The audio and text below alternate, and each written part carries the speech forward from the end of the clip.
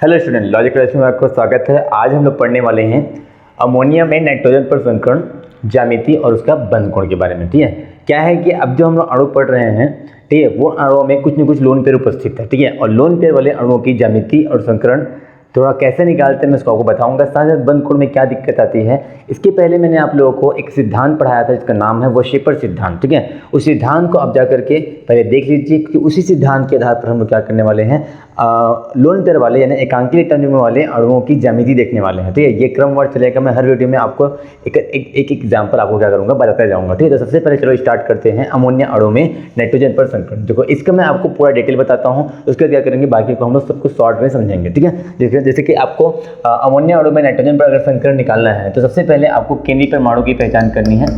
केंद्रीय परमाणु जो कि नाइट्रोजन ही है, आपको पता होना चाहिए केंद्रीय परमाणु। तो केंद्रीय परमाणु यहाँ पे नाइट्रोजन है। ठीक है, अब नाइट्रोजन का सबसे पहले आपको इलेक्ट्रॉनिक विन्यास करना पड़ेगा। 7 नंबर पे आता है। आपको अबाव सिद्धांत 7 इलेक्ट्रॉन के हिसाब से आपको अबाव सिद्धांत के आधार पर करना पड़ेगा। 1s2, 2s2 और 2p3 इस प्रकार से।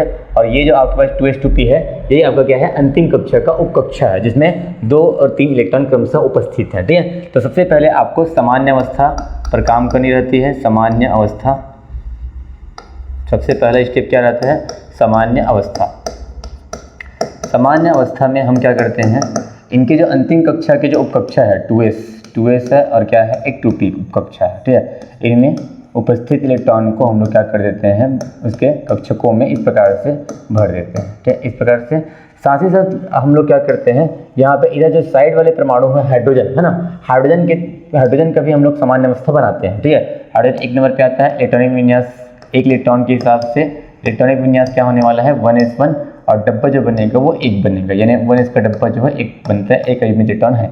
इसी को मैं 3 बार लिख देता हूँ ताकि आपको समझ में आ जाए कि मैं यहाँ पे 3 हाइड्रोजन ले रहा हूँ। ठीक है, एक बार हो गया, ये 2, 3 बार हो गया इस बार। ठीक है, तो इस प्रकार से। ठीक है, अब हम लोग को ये देखना रहता है कि आपके जो सामान्य अवस्था प्राप्त हुई है किसका, केंद्रीय परमाणु का, उसमें देखना पड़ता है कि कितने अयुग्मित इलेक्ट्रॉन है। जैसे आप देख पा रहे होंगे इसके अंतिम कक्षा साइड में 3 अयुग्मित इलेक्ट्रॉन है। अयुग्मित इलेक्ट्रॉन ही क्या करते हैं, सहधारी में भाग लेते हैं जिससे सहसंजीवन का निर्माण होता है। अब इधर भी आपको देखना पड़ेगा कि हाइड्रोजन जुड़ने वाले जो परमाणु हाइड्रोजन है उनमें भी आपको अयुग्मित इलेक्ट्रॉन उतनी ही संख्या में दिखना चाहिए, जो कि दिख रहा है यहाँ पे, उतना संख्या से भी दिख रहा है। इसका मतलब इसमें उत्तेजित अवस्था नहीं आएगी। उत्तेजित अवस्था तब आती है जब जरूरत के हिसाब से अयुग्मित इलेक्ट्रॉन इसके हिसाब से नहीं रहता, जो कि अभी हमारे पास है।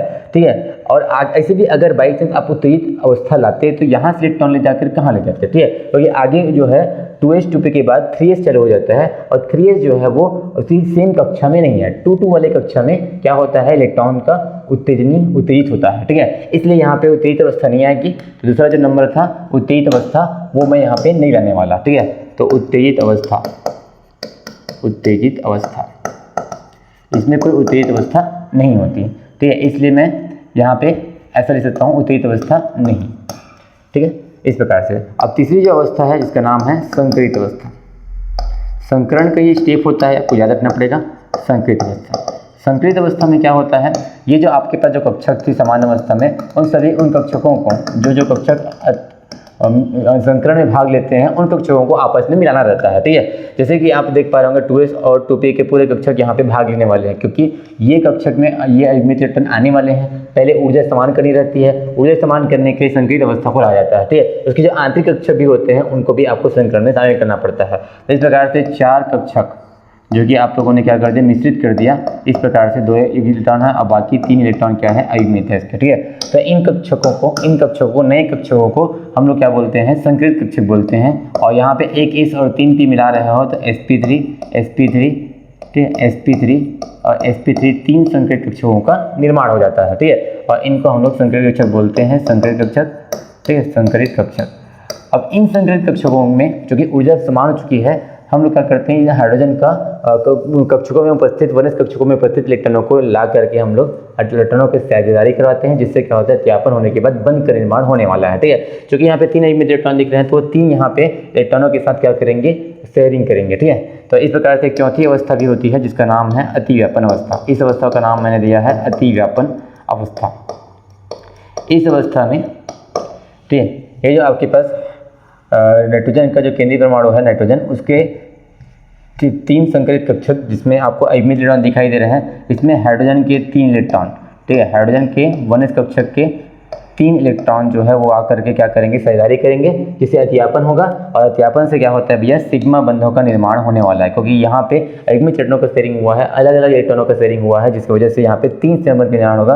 और ये वाला जो इलेक्ट्रॉन है, ये वाला, ये आपका क्या होगा, एकांकी इलेक्ट्रॉन युग्म होगा, एकांकी इलेक्ट्रॉन युग्म होगा, ठीक है, इस प्रकार से। और इस प्रकार से एक एकांकी इलेक्ट्रॉन के साथ और 3 सीमा बंधों के साथ क्या हो जाता है, अमोनिया अणु का निर्माण हो जाता है। तो मैं यहाँ पे अमोनिया अणु को इस प्रकार से लिख देता हूँ कि अमोनिया अणु अब बन चुकी है, ठीक है, और इसके ऊपर एक एकांकी इलेक्ट्रॉन युग्म आ चुका है, ठीक है।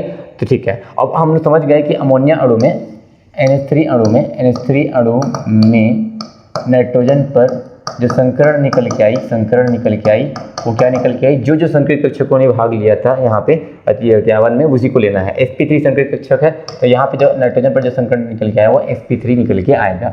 अब इस sp3 संकरण के हिसाब से ज्यामिति जो डिसाइड किया गया था वो होना चाहिए, ज्यामिति जो होना चाहिए वो चतुष्फलकी होनी चाहिए, किंतु ऐसा देखा गया कि यहाँ पे ज्यामिति चतुष्फलकी नहीं निकलने वाले, क्योंकि इस बार जो आपके पास जो अणु आया है उसमें केंद्रीय परमाणु पर एक लोन पेयर उपस्थित है, जिसकी वजह से ज्यामिति में क्या परिवर्तन होगा उसी को मैंने आपको वैसे सिद्धांत में बताया था। साथ ही साथ उसके बंद कोण में भी कुछ कमी आ जाती है, उसको ही बताने वाला हूँ। तो देखो, चतुष्फलकी जैसा डायग्राम तो बनाएंगे हम लोग ऐसा कुछ, ठीक है। यहाँ पे अपना केंद्रीय परमाणु नाइट्रोजन है, और यहाँ पे मैंने लोन पेयर को ऊपर दिखा दिया इस प्रकार से, और इस प्रकार से आप लोगों ने हाइड्रोजन को क्या कर दिया, इस प्रकार से लिख दिया, ठीक है, इस प्रकार से बनेगा। अब चाहो तो ये जो संरचना है इसको रेखी संरचना बोलते हैं, इनको क्या बोलते हैं, रेखी संरचना बोलते हैं, रेखी संरचना, ठीक है। अगर हम इसका कक्षीय संरचना बनाना चाहते हैं, कक्षक वाला संरचना बनाना चाहते हैं, इसको देखना पड़ेगा। 4 sp3 संकरित कक्षक है, उसको आपको चतुष्फलक के चारों भुजाओं पर आपको क्या करना है, आपको sp3 संकरित कक्षक बनाना है, जिसकी आकृति जो बनती है वो कुछ इस प्रकार का बनता है, ठीक है, इस प्रकार का, ठीक है, इस प्रकार का बनता है। ऐसे आपको 4 sp3 संकरित कक्षक को लेना पड़ेगा, ठीक है। तो इस प्रकार से आप ले सकते हो, 1 हो गया, 2 हो गया, 3 हो गया, और ये 4 हो गया, इस प्रकार से, ठीक है। और इसमें आपको देख पा रहे होंगे कि इसमें एक इलेक्ट्रॉन है, इसमें एक इलेक्ट्रॉन है, इसमें एक इलेक्ट्रॉन है, और यहाँ पे लोन पेयर के इलेक्ट्रॉन थे, उसको मैंने लिख दिया है। ये नाइट्रोजन केंद्रीय परमाणु का है, और इस प्रकार से बाकी हाइड्रोजन जो है 1s कक्षक से आ रहे हैं, यानी इस सबका आकार क्या होगा, गोलाकार होगा। तो गोलाकार कक्षक जो है इस प्रकार से अतियापन करेंगे, है ना, इसको हम लोग बोलते हैं अक्षीय अतियापन, और इस अक्षीय अतियापन से सिग्मा बंधों का निर्माण हो जाता है कुछ इस प्रकार से, ठीक है ना। तो इस प्रकार से अणु का निर्माण हो जाता है, ठीक है। और हम ज्यामिति में लोन पेयर को शामिल नहीं करते, इसलिए ज्यामिति जो होने वाली है अमोनिया की वो कुछ इस प्रकार के होने वाले हैं, हाइड्रोजन, और ये आपका एकांकी इलेक्ट्रॉन युग्म। तो इस ज्यामिति को हम लोग ऐसे जब मिलाएंगे तो समझ में आएगा कि ये ज्यामिति जो है वो एक प्रकार की क्या है, पिरामिडीय है। इसकी ज्यामिति कैसी हो जाती है, पिरामिडीय हो जाती है, पिरामिडीय, ठीक है। तो ये इसकी रियल ज्यामिति बनने वाली है। और बंद कोण जो है, बंद कोण यहाँ पे बंद बनेगा, यहाँ पे बंद कोण बनेगा। तो इस लोन पेयर के प्रतिकर्षण की वजह से, इसमें जो बंद कोण आता है वो लगभग 160 डिग्री का, लगभग 160 डिग्री का प्राप्त होता है एक लोन पेयर की वजह से। ऐसा दिक्कत हुआ था क्योंकि लोन पेयर क्या करता है, बंद पेयर के इलेक्ट्रॉनों को, बॉन्ड पेयर के इलेक्ट्रॉनों को, जो बंद के इलेक्ट्रॉन होते हैं उसको क्या करते हैं, प्रतिकर्षित करते हैं, जिसकी वजह से उसके दूरी में क्या हो जाता है, बंधों के बीच की दूरी में कमी आ जाती है, जिसकी वजह से बंद कोण क्या हो जाता है, कम हो जाता है। ऐसा देखा गया था। तो इस प्रकार से आपने समझा कि अमोनिया में नाइट्रोजन पर संकरण जो है sp3 निकला, ज्यामिति चतुष्फलकी न होकर के ज्यामिति पिरामिडी निकल जाती है, और इसका जो बंद कोण है 109 डिग्री 28 मिनट, जो कि चतुष्फलकी का होता है, न होकर के 160 डिग्री का हो जाता है। ये उसकी कक्षक संरचना है, ये उसकी रेखी संरचना है। ये बनाओ चाहे ये बनाओ, आपकी मर्जी, ठीक है। तो इस प्रकार से हम लोग क्या करते हैं, संरचनाओं को भी बताते हैं। तो इस प्रकार से आपने देखा कि अमोनिया में किस प्रकार से हम लोगों ने संकरण, ज्यामिति और बंद कोण को देखा, और इसमें हम लोग लगाए हैं बर्नशेपर सिद्धांत, जो बताता है कि लोन पेयर के बीच में प्रतिकर्षण होने की वजह से क्या हो जाता है, आकृति में विकृति आ जाती है, और साथ ही साथ बंद कोण में क्या आ जाती है, कमी आ जाती है। अब हम लोग क्या करेंगे अगली वीडियो में, और मैं आपको एग्जांपल बताऊंगा, और इस बार मैं शॉर्ट में बताऊंगा आप लोगों को कुछ तरीका लगा करके। फिर हम लोग क्या करेंगे, आप लोग और भी कई एग्जाम्पल को लेकर के आगे बढ़ते जाएंगे धीरे धीरे, और अंत तक वीडियो में बने रहिएगा हमेशा, ठीक है। अगली वीडियो का इंतजार कीजिए। धन्यवाद।